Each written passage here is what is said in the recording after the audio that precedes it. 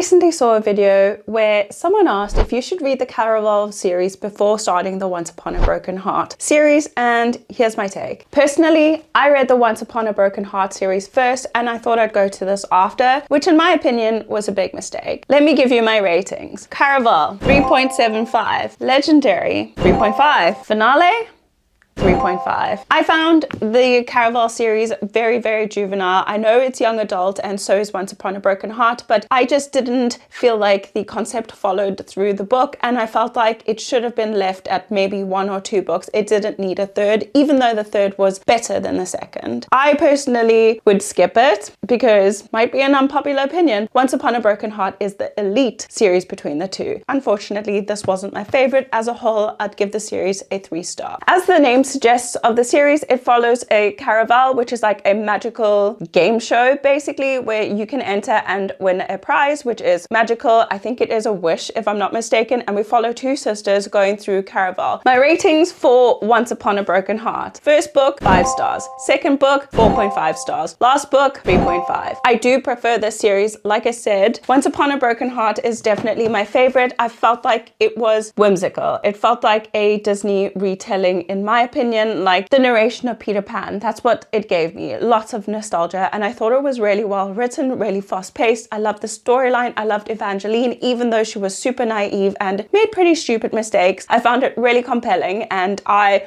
really, really enjoyed it. The introduction to Fates was also great, and obviously I didn't know anything about them going into it, but it still didn't make me miss anything from the Caraval series. The Ballad of Never After, I didn't like the full plot line of it, but the writing was still really amazing. I did read it in a 24-hour readathon, so I read it in about 11 hours. It was fun. It was so much fun, but I just felt it missed a little bit of something. And then the final book, A Curse for True Love, I felt like this book just went on for too long, and I felt like we didn't get to the solution of the problem quick enough, but it was still so well written, so easy to read, and I would 100% recommend this series. If I had to give the whole series a rating, it would be a 4.5 star. So in a long-winded way, do you need to read Caraval before you read Once Upon a Broken Heart?